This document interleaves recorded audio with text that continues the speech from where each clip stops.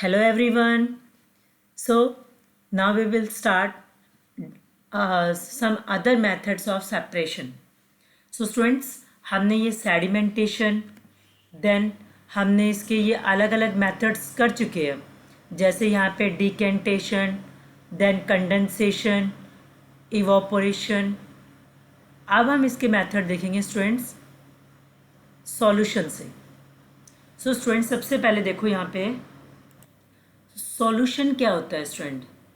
Solution क्या होता है, तो यहाँ पे देखो स्टूडेंट, मैंने आपको पहले भी पढ़ाया था कि सॉल्यूशन किन दो चीज़ों से मिलके बनता है. सॉल्ट, सॉल्वेंट और सॉल्यूट. क्या बताया मैंने? सॉल्वेंट और सॉल्यूट. SOLVENT. क्या बताया मैंने? SOLVENT. सॉल्वेंट और प्लस में स्टूडेंट सॉल्यूट. अब देखो सॉल्वेंट और सॉल्यूट का मैं आपको एक बार समझा दूंगी. SOLUTE, उसको हम बोलते हैं सॉल्यूशन. तो देखो स्टूडेंट, मैंने वाटर और शुगर को ऐड किया, तो वाटर क्या हो गया स्टूडेंट? सॉल्वेंट. और देखो पानी के अंदर हम किसको डिज़ोल्व कर रहे हैं? नमक को डिज़ोल्व कर रहे हैं. तो जो लार्ज अमाउंट में जो होता है उसको हम बोलते हैं सॉल्वेंट, और जो स्मॉल अमाउंट में होता है उसको बोलते हैं सॉल्यूट. तो स्मॉल अमाउंट में हमारे पास शुगर है, तो शुगर को हम किसके अंदर डिज़ोल्व कर रहे हैं? वाटर के अंदर. तो वाटर क्या हो गया? सॉल्वेंट. तो solvent plus solute is called solution. So solution हमेशा कैसा मिक्सचर होता है? Homogeneous mixture.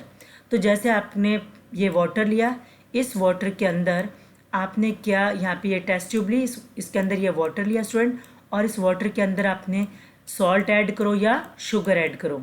डिज़ोल्व करने के बाद आपको क्या है? पूरा एक जैसा सारा दिखाई देगा.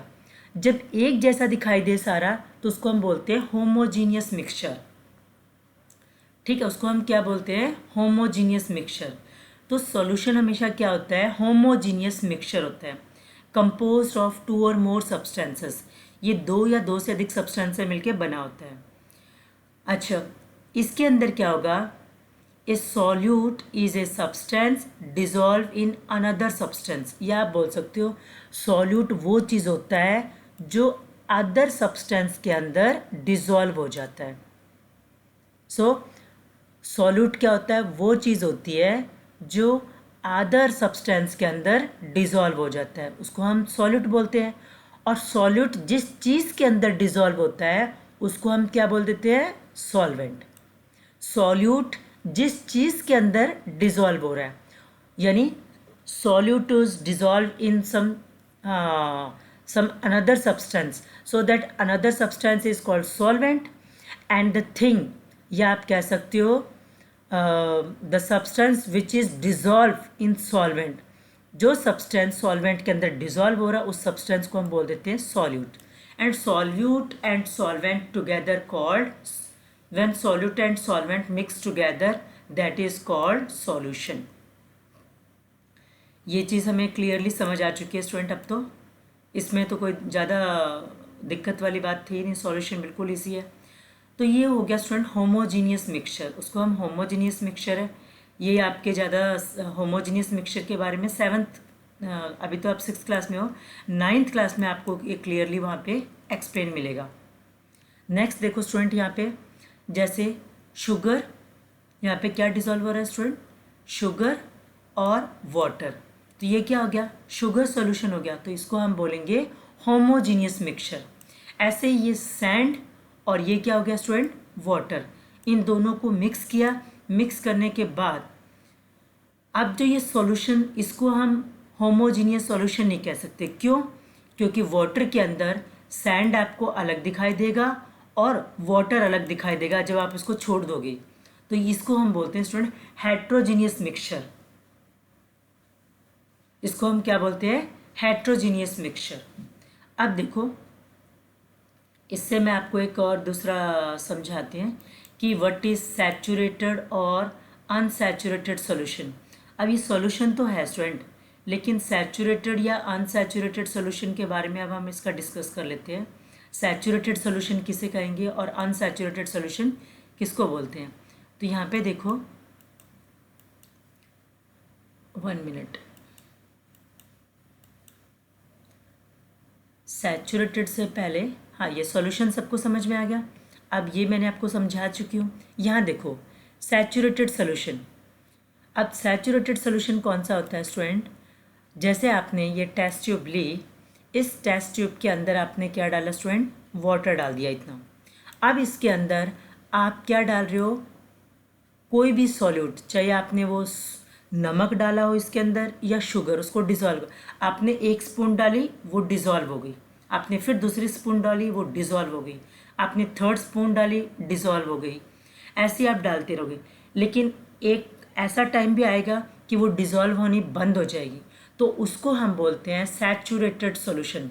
जब वो सॉल्यूट सॉल्वेंट के अंदर डिज़ोल्व होना बंद हो जाए, उसको हम क्या बोलेंगे, saturated solution. So saturated solution is a chemical solution containing the maximum concentration of solute. तो मैक्सिमम कंसंट्रेशन मतलब उसके अंदर क्या है, जो चीज़ हम डिज़ोल्व रहे हैं उसकी मैक्सिमम मात्रा उसके अंदर आ जाए सॉल्वेंट के अंदर। जैसे saturated solution of salt in water is that in which no more salt can be dissolve.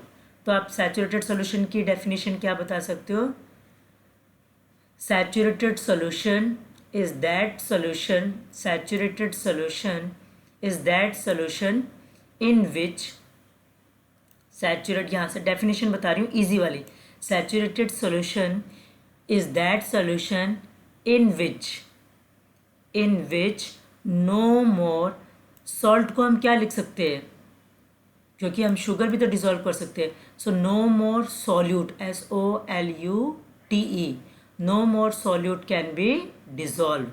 तो यहाँ पे इसको आप सॉल्यूट लिख दो स्टूडेंट, SOLUTE। सॉल्यूट की स्पेलिंग तो आपको पता ही है, ये आप छोड़ सकते हो यहाँ से, इसको 1 मिनट के लिए मैं रब कर देती हूँ, ये कोई ज़रूरी नहीं है। सो आपने क्या लिखा स्टूडेंट यहाँ पे, saturated solution in, saturated solution is that solution in which no more solute can be dissolve, जिसमें ज़्यादा सॉल्यूट अब हम डिज़ोल्व नहीं कर सकते, तो उसको हम क्या बोलते हैं, saturated solution. This added salt will just sediment down to the bottom of the vessel. अब ये जो हमने सॉल्ट ऐड किया था, अब ये घुलना बंद हो जाएगा, तो ये क्या होगा, ऐसे नीचे डिपॉजिट हुआ हुआ दिखेगा, तब हम सॉल्यूशन को सोच सकते हैं वो सैचुरेटेड सॉल्यूशन है। क्लियर है। तो इस तरीके से उस सॉल्यूशन को हम बोलते हैं सैचुरेटेड सॉल्यूशन। अब देखो स्टूडेंट यहाँ पे what is the next one,